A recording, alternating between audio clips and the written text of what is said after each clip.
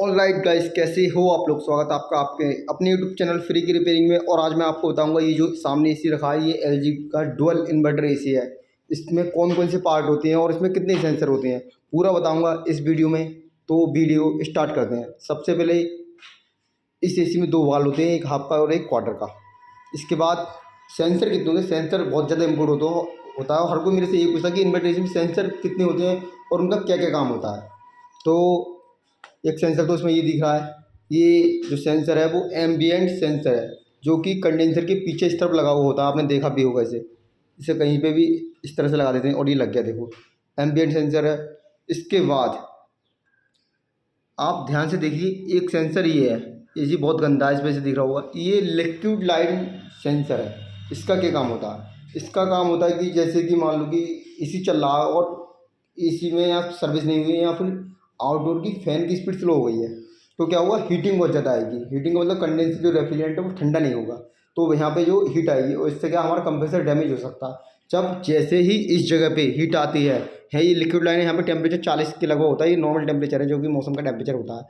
और जैसे ही ये लाइन गर्म होती है तो ये सेंसर पीसीबी को बताता है कि सिस्टम में कोई दिक्कत है, आप कंप्रेसर को बंद कर दें। तो ये सेंसर कंप्रेसर को बंद करवा देता है। और इसका जो वाला सेंसर है एम्बिएंट सेंसर, इसका काम होता है जैसे कि मान लो कि ये मौसम का टेम्परेचर बताता है पीसीबी को कि मौसम का टेम्परेचर कितना, उसके हिसाब से पीसीबी अपने हिसाब से जो आउटडोर की स्पीड है, जो फ़ैन की स्पीड है, उसे कम ज़्यादा करती है। मौसम ठंडा है तो ये स्पीड स्लो पे चलेगा जिससे कि बिजली की बचत भी हो। और मौसम बहुत ज़्यादा गर्म है और ये मौसम गर्म है तो ये फ़ैन की स्पीड बढ़वा देता है। इसके बाद मैं आपको दिखाता हूँ, ये वाल हो गए, ये इसकी पीसीबी है। पीसीबी को हटाओगे तो आप इसे देख पाओगे कि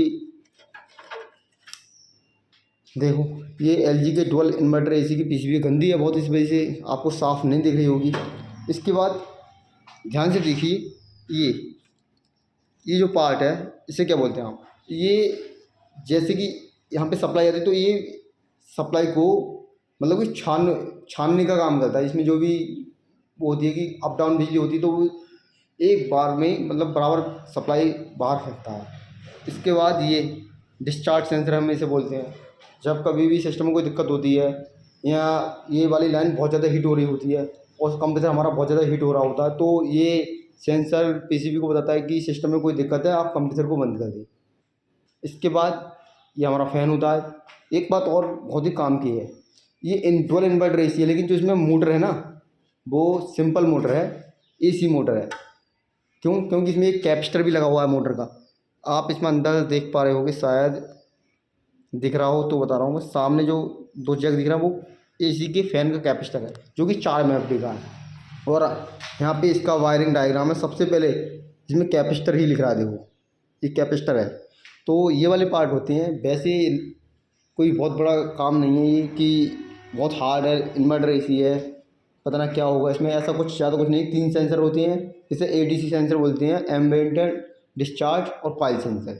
जो कि कॉइल सेंसर ये है और एम्बिएंट सेंसर इधर है और डिस्चार्ज सेंसर इस तरफ लगा हुआ होता है। ये 3 सेंसर होते हैं इन्वर्टर एसी में, और किसी भी एसी में 3 सेंसर ही होते हैं। और ये जो वाला जैक दिख रहे हो ना आप, ये वाला जैक, इसका क्या काम होता है, ये फ्री रहता है। इसका क्या काम होता है, इसका काम होता है कि कंपनी के पास इसकी एक मशीन होती है।